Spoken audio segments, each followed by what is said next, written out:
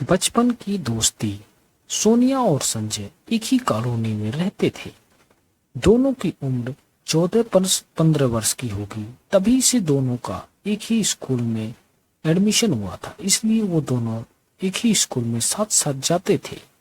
दोनों के बीच इतनी अच्छी दोस्ती थी कि दोनों एक दूसरे के घर कभी भी घुस जाते थे। सोनिया और संजय धीरे धीरे बड़े होते गए। 3 साल बाद सोनिया के चेहरे पर निखार भी आ गया। सोनिया और संजय दोनों का ही शरीर काफी अच्छा खासा हष्ट-पुष्ट हो गया। दोनों एक साथ स्कूल में फिर भी आते जाते थे। एक दिन जब दोनों स्कूल से आ रहे थे, तभी बादल में बिजली कड़की। सोनिया झट से संजय का हाथ पकड़ लिया और डर से संजय से चिपक गई, मानो क्या हो गया हो, इतनी डर गई वो। सोनिया के शरीर से चिपकते ही संजय चौंक गया।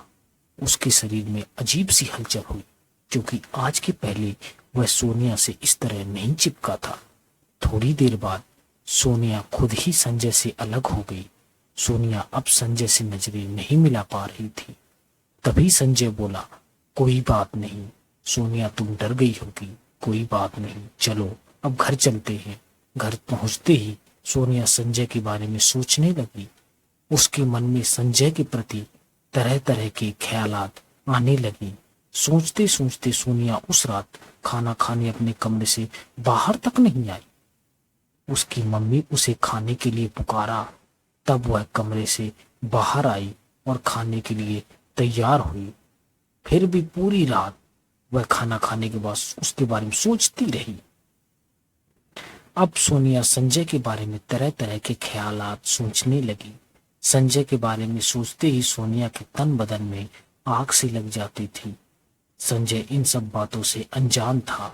अब दोनों जब भी स्कूल जाते, सोनिया बार बार संजय को अपना शरीर से धक्का देने लगती, बार बार टक्कर मारने लगती। संजय फिर भी अभी भी इन सब चीजों को मजाक में डाल देता था।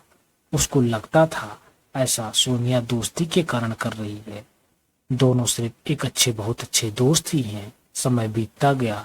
6 महीने जब हो गए, एक दिन सोनिया संजय को रास्ते में आ रहे थे दोनों, तभी संजय का हाथ पकड़ के उसने रोक दिया। संजय अवाक हो गया कि अचानक इसने मुझे सोनिया बोली, मैं तुमसे बहुत दिनों से एक बात कहना चाहती थी। संजय बोला, बोलो क्या बात है? सोनिया, बुरा तो नहीं मानोगे ना? संजय बोला, कोई बात नहीं, बोलो, बेखबर होके बोलो, कोई दिक्कत नहीं। सोनिया बोली, आई लव यू। यह बातें सुनकर संजय अचानक चौंक गया और अपनी आप को संभालते हुए बोला, सोनिया, अभी हम दोनों बच्चे हैं, पढ़ाई कर रहे हैं, हमें इन सब बातों की चीजों पर ध्यान नहीं देना चाहिए, हमें नहीं सोचना चाहिए। हम दोनों को, माता पिता को हम दोनों से बहुत ज्यादा उम्मीदें हैं। समय आने पर यदि जिंदगी में मैं सफल हुआ तो मैं खुद ही अपने प्यार का इजहार तुम्हारे सामने करूंगा, तुम्हें इसकी आवश्यकता ही नहीं पड़ेगी। सोनिया अब मान गई और दोनों धीरे धीरे अपने घर की तरफ चल दिए। सोनिया रात भर संजय के बारे में सोचती रही। दूसरे दिन खुद संजय से बोली, संजय, तुमने जो भी बात बोली मैं उसको स्वीकार करती हूँ और मैं आगे चल के और ज्यादा मेहनत करूंगी।